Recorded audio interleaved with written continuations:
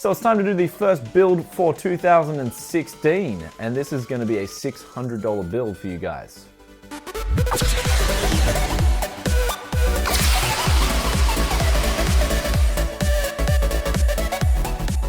Welcome back to Tech Yes City. This is Brian coming to you guys today with the month of January 2016. Now this month we have a $600 USD gaming PC. Now I will also take care of people in Oz and the UK, so links are below for those two countries and also the Amazon links for the US. So let's get on with the build. This is going to be a mid-range gaming PC with a focus on all decent parts.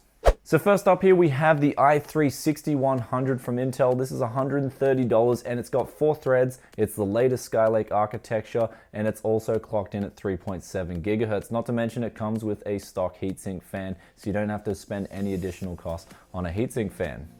So for the motherboard, we're going with the ASRock H110. You get 2 slots of DDR4 there. It's a micro ATX board. And in the past, I know that ASRock give you great value for money when it comes to motherboards. So for the memory, we're going with 1 stick of 8 gigabytes of DDR4 memory from Crucial. This comes in around $42. Now the reason we're going with 1 stick of 8 gigabytes is just to give you a bit of future upgradability there and to give you a better path if you wish to upgrade in the future. You can use that even on this same motherboard, or if you're taking it to another motherboard, it's always good to have 8 gigabytes instead of just 1 4 gigabyte stick.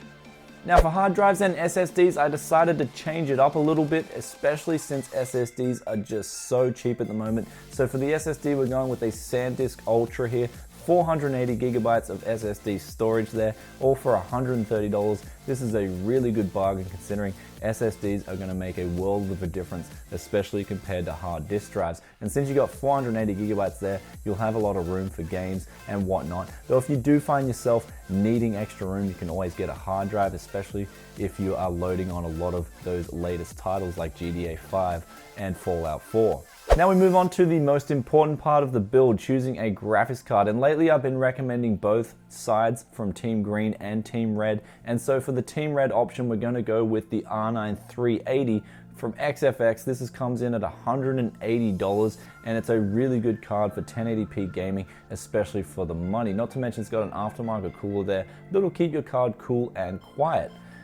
Now for the Nvidia option, we're going with the GTX 960 here from Zotac. This also comes in at $180 and you get 2 gigabytes of GDDR5 memory as well, just like the R9 380. However, this will do a great job, just like the R9 380, for playing games at 1080p, which is where both the sweet spots of these cards lie.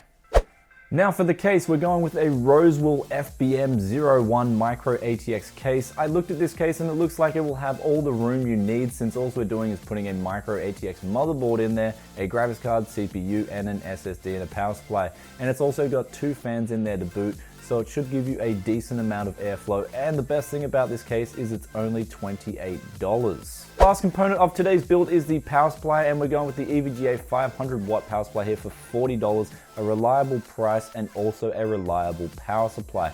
Now I wouldn't really go any cheaper than this unless you can get a really good deal on a solid named brand power supply.